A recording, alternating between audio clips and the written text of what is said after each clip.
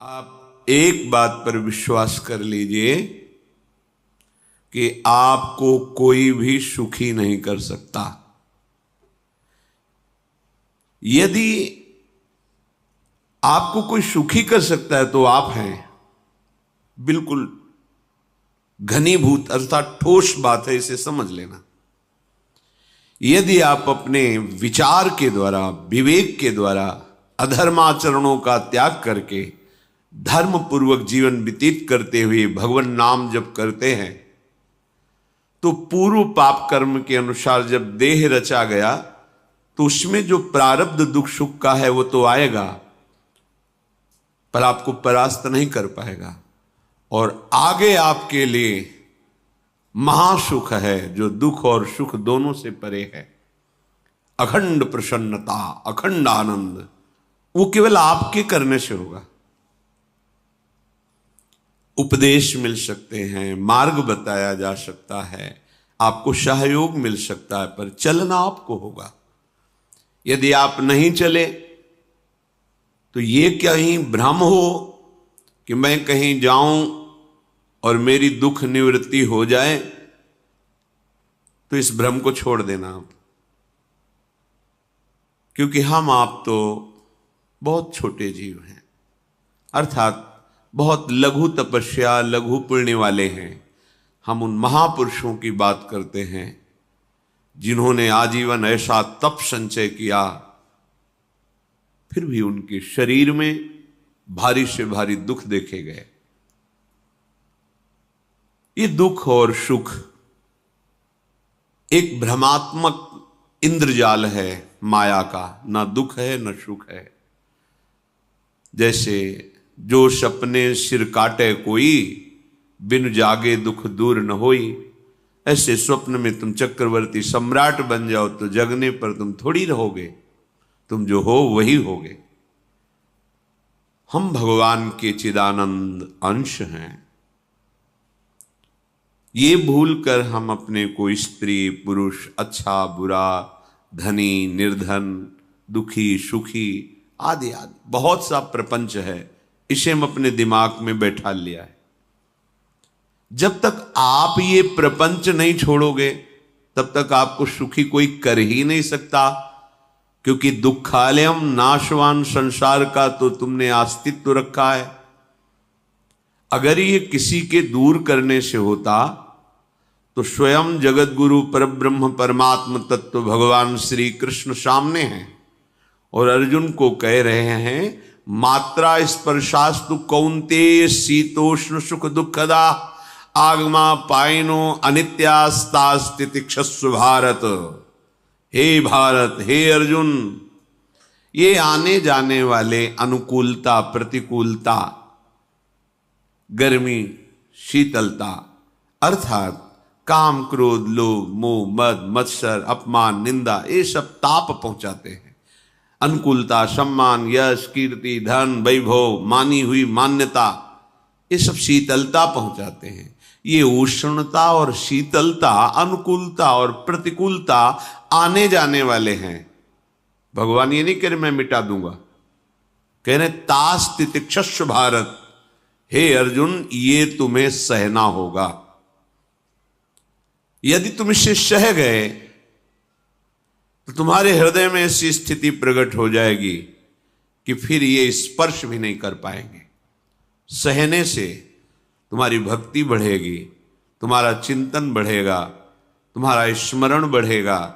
सत्य वस्तु के लिए, सत्य तत्व के लिए तुम सुखी हो जाओगे। बिल्कुल खुली बात। आडंबर नाटक पाखंड इसकी जरूरत नहीं है।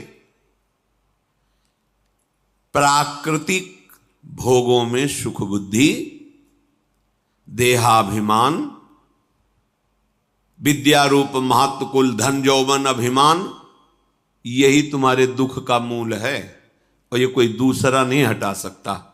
ये तुम्हें अपने विवेक सत्संग से प्राप्त हुए विवेक के द्वारा, शास्त्र स्वाध्याय से प्राप्त हुए विवेक के द्वारा इसे तुम्हें त्यागना है।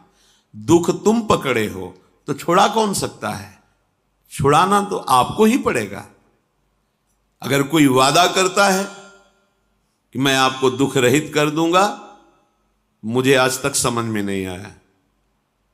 दुख रहित होने का जो उपाय है वो गुरुजन, महापुरुष, संत जन बताते हैं कि जब चारों ओर अंधेरा छा रहा हो, कोई अपना न दिखाई दे रहा हो, केवल दुख ही दुख, अशांति ही अशांति, उस समय आप देखिएगा कोई एक है जो आपको बहुत प्यार कर रहा है।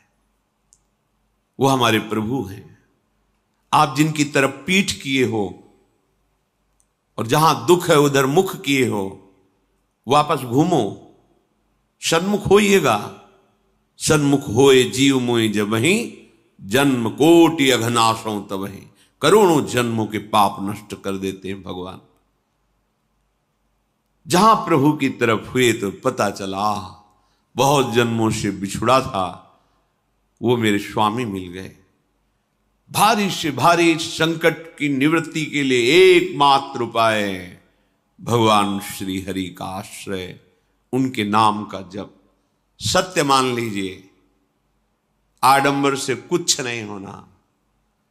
चाहे जितने जंतुर बांध लो, चाहे जितना जो कुछ जादू टोना जो मनावे सो कर लो,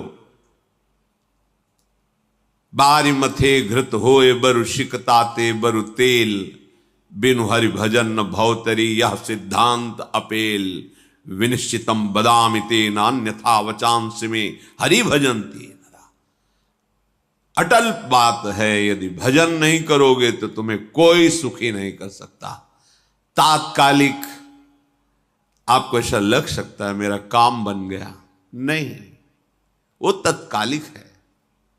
हमारा काम बनना तो तब होगा जो हमारा आवागमन मिट जाए, सदा सदा के लिए मुझे ऐसी वस्तु प्राप्त हो जाए कि जहां चाह ही खत्म हो गई, जहां दुख ही खत्म हो गया। वो हमारा स्वरूप है, वो हमारे आराध्य देव हैं। प्रार्थना मान लीजिए, भटकाव से बचिए। ये कलिकाल मलायतन मन कर देख विचार, श्री रघुनाथ नाम बिन नाहिन आन आधार। महापुरुषों ने स्पष्ट कहा है। ये मलायतन मल का आगार है। मल माने कामना, नाना प्रकार की वासना, भ्रष्ट आचरण, छल कपट, दंभ पाखंड, बोलबाला, इसका एकमात्र श्री भगवान का नाम आधार है। जो चाहत है नित्य सुख अरु मन को विश्राम, तो हित ध्रुव हित सो भजत रो पल पल श्यामा श्याम श्यामा श्याम श्यामा श्याम। यदि सच्चिदानंद शाश्वत सुख चाहते हो, जहां से कभी हटना ना पड़े, केवल सुख ही सुख है, आनंद ही आनंद है, और मन का विश्राम चाहते हो कि भाग दौड़ मन की मिट जाए, तो बस प्रेम से बोलते रहो श्यामा श्याम श्यामा श्याम, राधे श्याम, राधा राधा राधा वल्लभ। ये बड़ी शोध करके महापुरुषों ने बात कही है। यदि आप भजन नहीं करते तो आप दिमाग में लिख लीजिए, चाहे अपनी नित्य डायरी में लिख लीजिए, जो आप दिनचर्या लिखते हैं। आपको कहीं भी कभी भी कोई भी सुखी नहीं कर सकता। गांठ बांध लीजिए, भटकने की जरूरत नहीं है। और यदि नाम जप करने लगे, धर्माचरण करने लगे, तो तुम आशीर्वाद देने वाले बन जाओगे। सातरति सातरति सा लोकांतारयति। ध्यान दीजिए, वो तर जाता है, वह तर जाता है, वो लोकों को तार देता है। जब पृथ्वी में भयंकर पापाचरण की वृद्धि हुई, असुरों के द्वारा प्रेरित होकर के जहां भी धर्माचरण, नाम कीर्तन, यज्ञ, हवन, होम, ऋषि मुनि विध्वंस कर दो, क्या हुआ? कोई दूसरा दिखाई दिया क्या? नहीं, किसी की सामर्थ्य नहीं थी। सब मिलकर के ब्रह्मा जी के पास गए, जो ईश्वर कोटि के महापुरुष, सबने ब्रह्मा जी से प्रार्थना की। ब्रह्मा जी ने कहा, हम भी जिनके सेवक हैं वही प्रभु अब हमारे दुख का निवारण कर सकते हैं। सोचो, आप किसी और से दुख निवृत्त कराना चाहते हैं, जिसने सृष्टि बनाई है, भगवान ब्रह्मा जी भी कह रहे हैं मैं जिनके सेवक हूं, वही प्रभु हमारे और आप सबके दुखों का निवारण करते हैं। तो आपको समझ में नहीं आ रहा कि एकमात्र भगवान श्री हरि ही हमारे दुख का निवारण कर सकते हैं। हमें कहीं भागने दौड़ने की जरूरत नहीं है। साधु समागम इसलिए किया जाता है कि हृदय पवित्र हो जाए, पवित्र हृदय की पहचान बुद्धि में विवेक का प्रादुर्भाव हो जाए, और विवेक से मोह का नाश करके हम निरंतर प्रभु के प्रेम में डूबे, भजन में डूबे। सबने एक साथ मिलकर के विचार किया कि महासुख सिंधु प्रभु से विनय करनी तो कहां जाया जाए, वैकुंठ चले, किसी ने कहा क्षीर सागर चले, अपनी अपनी भावना व्यक्त कर रहे थे। तेहि समाज गिरजा में रहू, अवसर पाई वचन एक कहू, हरि व्यापक सर्वत्र समाना, प्रेम ते प्रगट होई मैं जाना। हे गिरिजा, परम वैष्णवाचार्य भगवान महादेव जी कहते हैं, उस देव समुदाय में हम भी थे। हमने कहा कि हमारे तो हृदय में बात ऐसी आती है कि कहीं भागने की जरूरत नहीं है। हरि व्यापक सर्वत्र समाना, जैसे वो वैकुंठ में विराजमान है, क्षीर समुद्र में विराजमान है, ऐसे कण कण में विराजमान है। बस तुम प्रेम से पुकारो, जहां पुकारोगे वहीं प्रभु प्रकट हो जाएंगे। नाम बाणी जहां श्याम श्यामा तहां, नाम बाणी निकट श्याम श्यामा प्रगट। सिद्ध सिद्धांत है, भटकने की जरूरत नहीं। जहां हो वहीं से प्रिया प्रीतम का नाम पुकारो, नाम कीर्तन करो, उनकी लीलाओं का गायन करो, सबको सुख देने की भावना करो। देखो तुम्हारी दृष्टि बदलती चली जाएगी, भगवत साक्षात्कार करने की योग्यता आने लगेगी। ऐसा ही हुआ। सबने मिलकर के श्री भगवान को विनय पूर्वक आर्त भाव से पुकारा। आकाशवाणी हुई, निर्भय हो जाओ, निश्चिंत हो जाओ, मैं स्वयं अपने अंशों के सहित अवतार लेकर इस भूमि का भार हरण करूंगा। तुम सब बड़े बड़े जो देवता हो, जाओ हमारी लीला में सुख लेने के लिए सब ऋक्ष वानर आदि का रूप धारण करो। ब्रह्मा जी, महादेव जी, बड़े बड़े ईश्वर कोटि के लोकपाल बहुत प्रसन्न हुए, क्योंकि भगवद वाणी सत्य है, त्रिकाल सत्य है। सबको विश्वास हो गया कि अब मारा तो जाएगा ये महासुर, जिसको लगता था कोई ना मंत्र के द्वारा मार सकता है, ना अस्त्र के द्वारा मार सकता है। स्वयं श्री भगवान पधार रहे। भगवान ने जो निरंतर भजन प्राण रहते हैं, कश्यप जी, अदिति जी, वो भगवान के वात्सल्य में भरे थे। प्रभु जब प्रकट हुए तो उनसे कहा, मुझे आप जैसा पुत्र चाहिए। प्रभु ने कहा कि मेरे जैसा तो मैं ही हूं, अद्वितीय हूं, दूसरा कोई है नहीं, मैं ही अवतरित होऊंगा। भजन में देखो कितनी सामर्थ्य है। जगत पिता को पुत्र रूप में प्राप्त कर रहे हैं।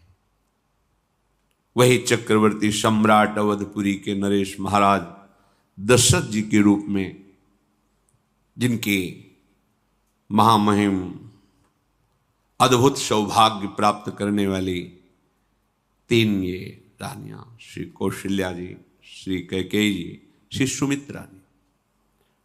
भगवान वशिष्ठ जी इनके गुरुदेव हैं।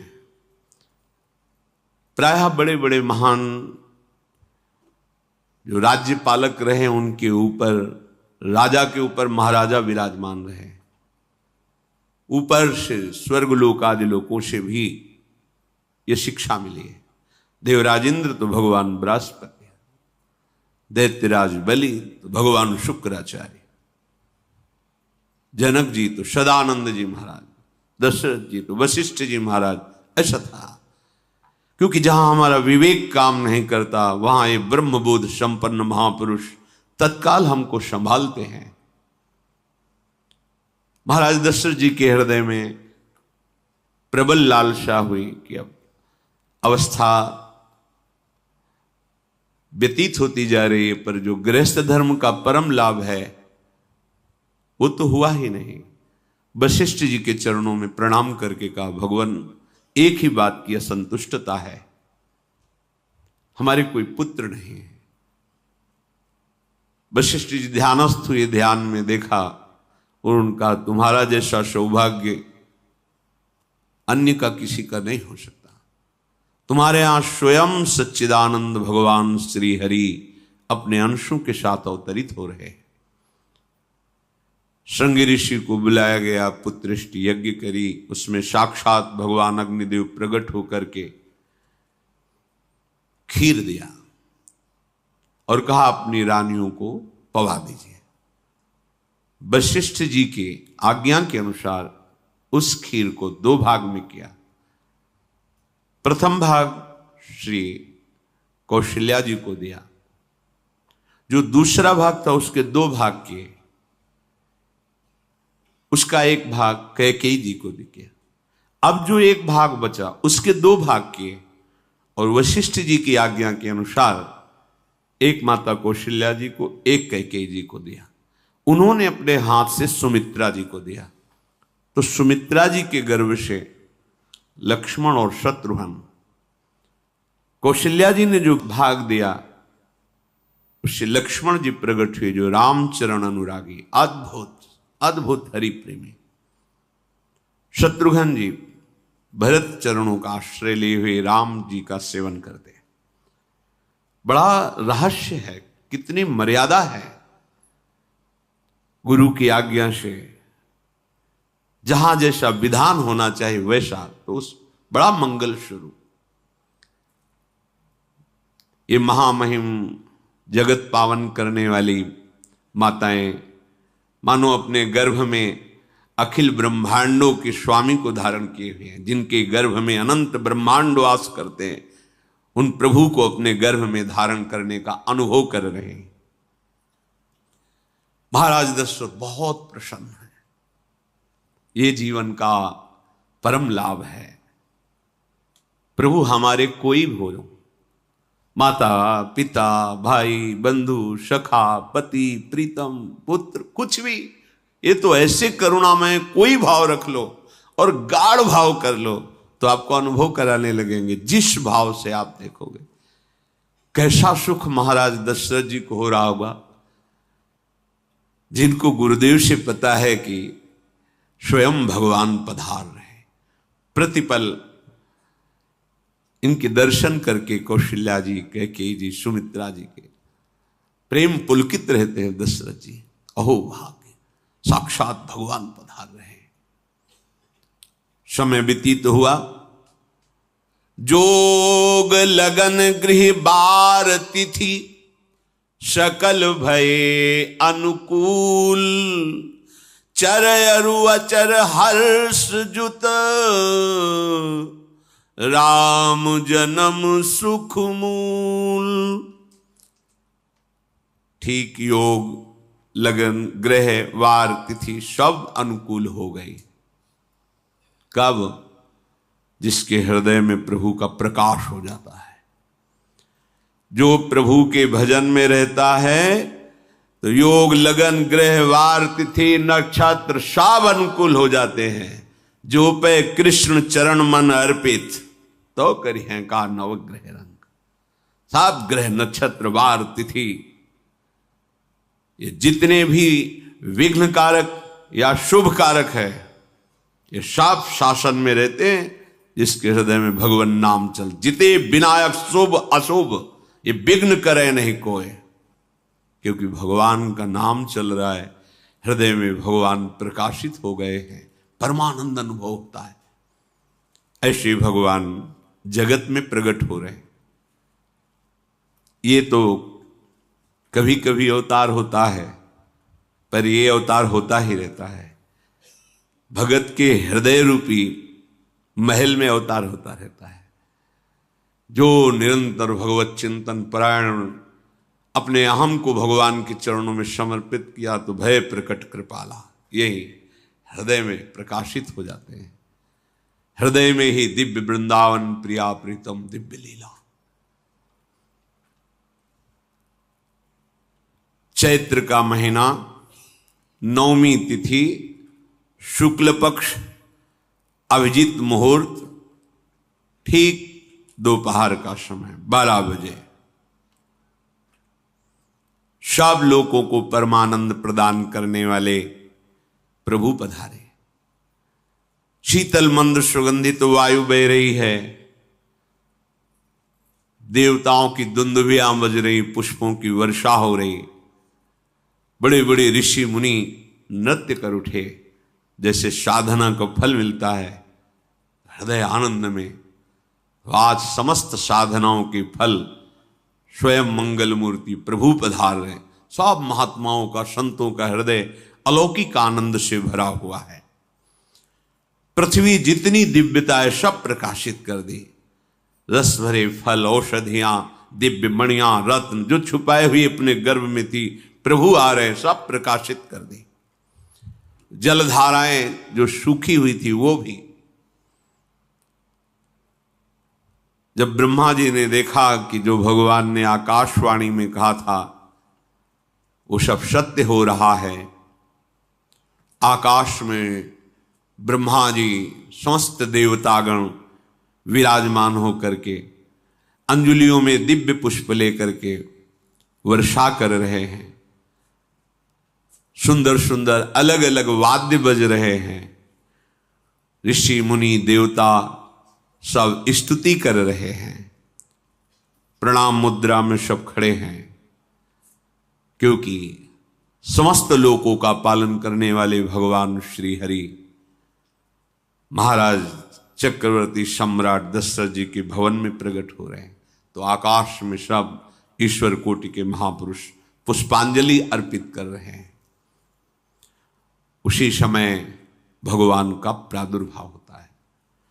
भगवान कभी गर्भ से नहीं प्रकट होते, लीला होती है, ऐसा अनुभव होता है गर्भ है, पर पहले भगवान भगवान के रूप में प्रकट होते हैं, फिर वो बालक बन जाते हैं। कभी ऐसा कहीं नहीं मिला, अनुभव होता है ऐसा, समय से गर्भ रहा, समय से गर्भ बढ़ा, ऐसा अनुभव होता है, पर भगवान प्रकट होते हैं। इसीलिए भय प्रगट कृपाला दीन दयाला कौशल्या हितकारी हर्षित महतारी मुनि मनहारी अद्भुत रूप विचारी लोचन अभिरामा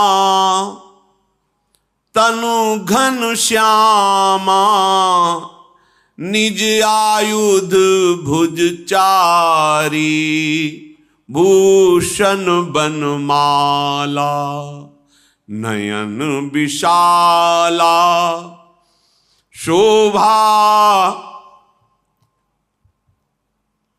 सिंधु खरारी कह दुई कर जोरी अस्तुति तोरी केहि विधि करो अनंता माया गुण ज्ञाना तीत अमाना वेद पुराण भनंता करुणा सुख सागर सब गुण आगर जेहि गावहि श्रुति संता सो मम हित लागी जन अनुरागी भयउ प्रगट श्रीकंता ब्रह्मांड निकाया निर्मित माया रोम रोम प्रतिवेद कहे, मम उर्षो बाशी यह उपहासी, सुनत धीर मति थिर न रहे, उपजा जब ज्ञाना प्रभु मुस्काना, चरित बहुत विधि कीनि चहे, कही कथा सुहाई मातु बुझाई, जेहि प्रकार सुत प्रेम लहे। दीनों पर दया करने वाले, बात समझिए। बहुत तपस्या है, बहुत गुण है, बहुत बड़े साधक हो, बहुत बात अभी नहीं बनी। दीनों पर दया करने वाले। अगर हमारा भजन साधन बन रहा है, हमें भगवत चर्चा कथन श्रवण का सौभाग्य, धाम नाम रूप लीला, ये मेरे प्रभु की हेतु की कृपा है। आप एक बार भी राधा नहीं बोल सकते, कृष्ण नहीं बोल सकते, एक मिनट भी आप नहीं आ सकते, ये केवल मेरी लाडली की कृपा है। हृदय में किंचन मात्र गर्व नहीं, अभिमान नहीं। वो हमारे भगवान को बहुत प्यारा होता है, प्रियालाल को बहुत लाडला होता है। हमें प्रभु के अगर चरणारविंद के अनुराग में डूबना है तो विवेक से देखो है क्या पास हमारे। अगर कुछ भी दिया हुआ है भौतिक आध्यात्मिक, वो सब मेरे प्रभु का दिया हुआ है, तो गर्व किस बात का, अहंकार किस बात, तो दैन्यता आ जाएगी। अज्ञान से ये अहंकार बढ़ता है, ज्ञान से इसका समन हो जाता है। चाहे भौतिक हो चाहे आध्यात्मिक हो, मेरे को सब कुछ मेरे प्रभु ने तो दिया। ध्यान देकर देखो तुम्हारी उपज क्या है, तुम भी तो उन्हीं के अंश हो। न तुमने शरीर बनाया, न संसार बनाया, तो फिर अध्यात्म तो भौतिक अध्यात्म सब कुछ मेरे प्रभु का दिया हुआ है, सब कुछ प्रभु में है, तो फिर अहंकार किस बात का, दैन्य हो जाओ। यंत्र कहे कि मैं दक्षिण की तरफ चलूंगा और यंत्री तुम्हें उत्तर की तरफ चलावे तो एक कदम चल नहीं सकता यंत्र, ठीक ऐसे ही तुम हो। पर यह ज्ञान ना होने के कारण अहम वृत्ति को स्वीकार करके मनमानी आचरणों में उतर गए। अब तुम्हारा यंत्री माया हुई, यंत्रारूढ़ानि मम माया। और यदि भगवद आज्ञा का पालन करते हुए भजन परायण, तो आप भगवान के हाथ के यंत्र बन जाओगे, महासुख में निमग्न हो जाओगे। जो दीनों पर सदैव दुलार करते हैं, माता कौशल्या जी को परम सुख देने वाले प्रभु प्रकट हुए। मुनियों के मन का हरण करने वाले प्रभु को सामने देख करके कौशल्या जी आनंद मगन हो गई। प्रभु कहां? सामने। आनंद क्यों मगन? नेत्रों से अश्रुधारा चल रही कौशल्या जी के सामने देखा, श्याम सुंदर विराजमान है, लोचन अभिरामा तनु घन श्यामा। ऐसी अद्भुत श्यामता त्रिभुवन में नहीं है, ब्रह्मा जी की बनाई हुई नहीं कोई ऐसी श्यामता जिससे उदाहरण दिया जाए कि प्रभु के श्रीअंग की श्यामता कैसी है। वो बस संकेत के लिए चंद्र शाखा न्याय के अनुसार भले कह दे, नहीं प्राकृतिक ऐसी रचना ही नहीं है जो हमारे प्रभु की इंद्रनील मणि श्याम मनोहर, वो है ही नहीं। वो सामने देख रहे कौशल्या जी। ये भजन का प्रभाव है।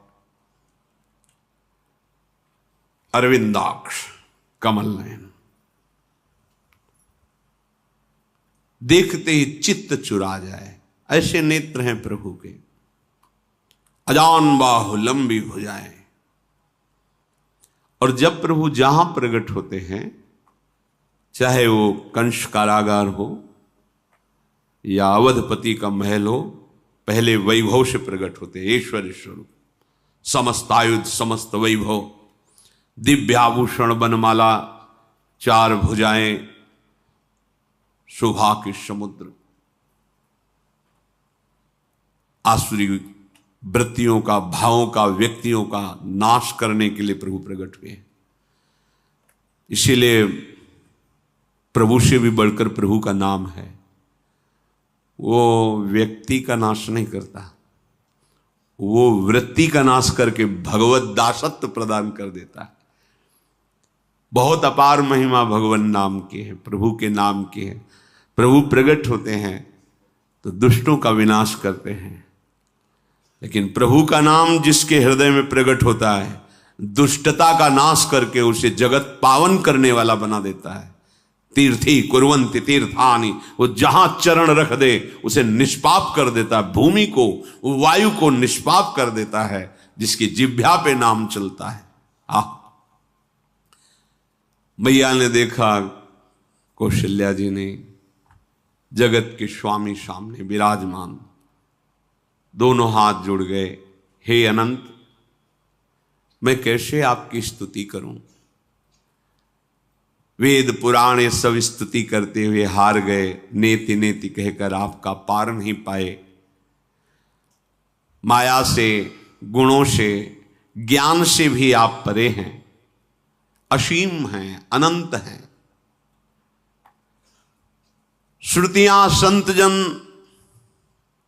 सदैव आपका यश गान करते रहते हैं। हे दया के समुद्र, हे शब्द, सुखों के धाम, गुणों के धाम, भक्तजन सदैव आपका गान करते रहते हैं। आज वही प्रभु मेरे सामने प्रकट हैं। हे श्रीपति, आप मुझे सुख प्रदान करने के लिए मेरे नेत्र गोचर हुए। अरे जिनके रोम रोम में अनेकों ब्रह्मांड वास करते हैं, एक रोमकूप में अनेकों ब्रह्मांड वास, वो प्रभु मेरे पुत्र कहलाए, ये तो हंसी की ही बात है। मेरी बुद्धि विचलित हो रही। प्रभु कहां आप असीम महिमा अनंत विराट, आप मेरे पुत्र। जब ऐसा वर्णन कर रहे तो प्रभु मुस्कुराए।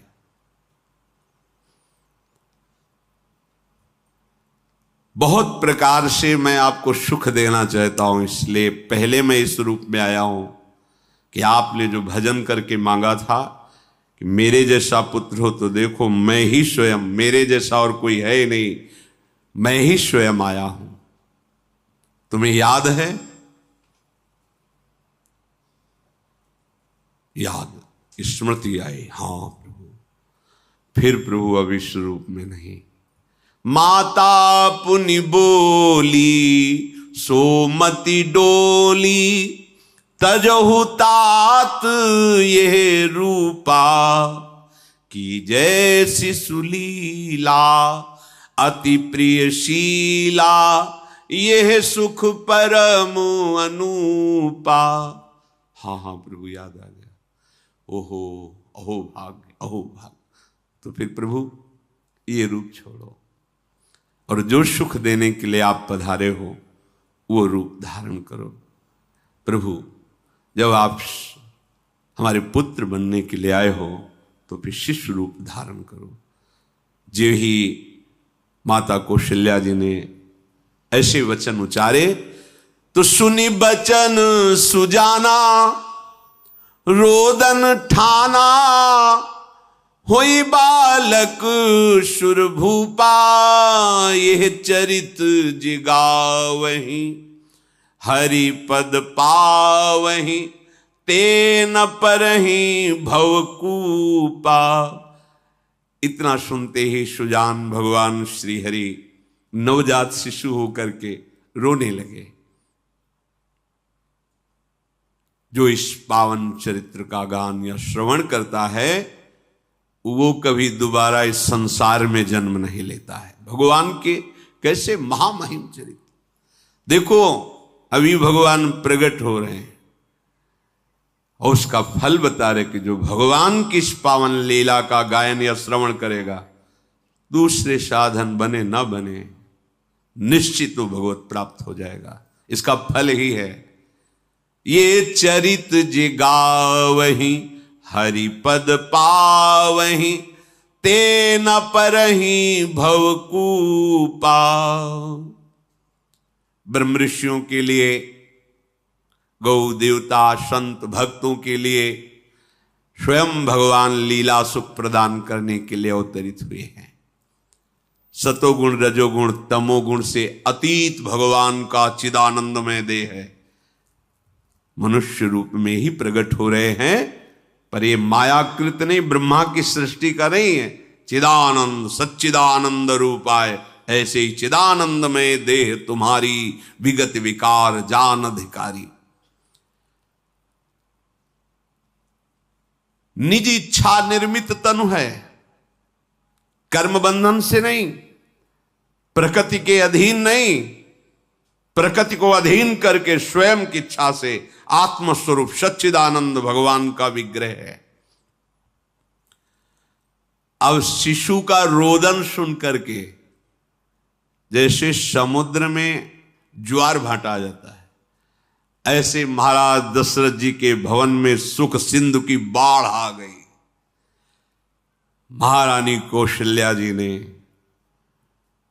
शिशु का जन्म किया। ऐसा जन्म हुआ है जन्म मरण मिटाने वाला। आप सोचते होंगे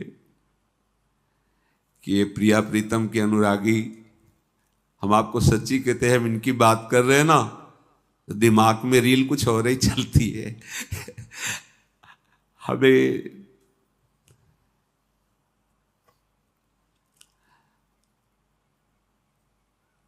आनंद की उमगन मेरे प्रभु है। कल जब इस प्रसंग का गायन करना है तो थोड़ा चिंतन कर रहे थे, तो जब जनकपुर की सीमा में भगवान विश्वामित्र जी के साथ पधारते, आगे प्रसंग आएगा,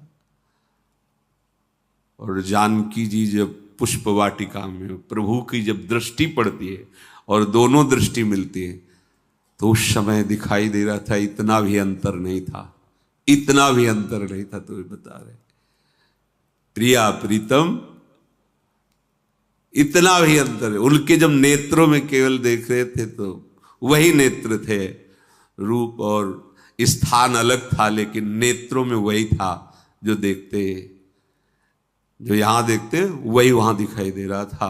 दोनों नेत्रों में पहचान हो जाती, जैसे अपना पति है ना, और वो किसी सुंदर नाटक में वो किसी दूसरे का पति बन करके स्वांग कर रहा हो तो उसको जलन थोड़ी होती है, उसको लगता है कि मेरा प्रीतम कितना अभिनय में प्रवीण है, ओहो मेरा प्रीतम, मेरा प्रीतम। वो आनंदित होती है उसे देख के, मेरा प्रीतम अभिनय में कितना प्रवीण है। उपासक अपनी ही धारा में रहे।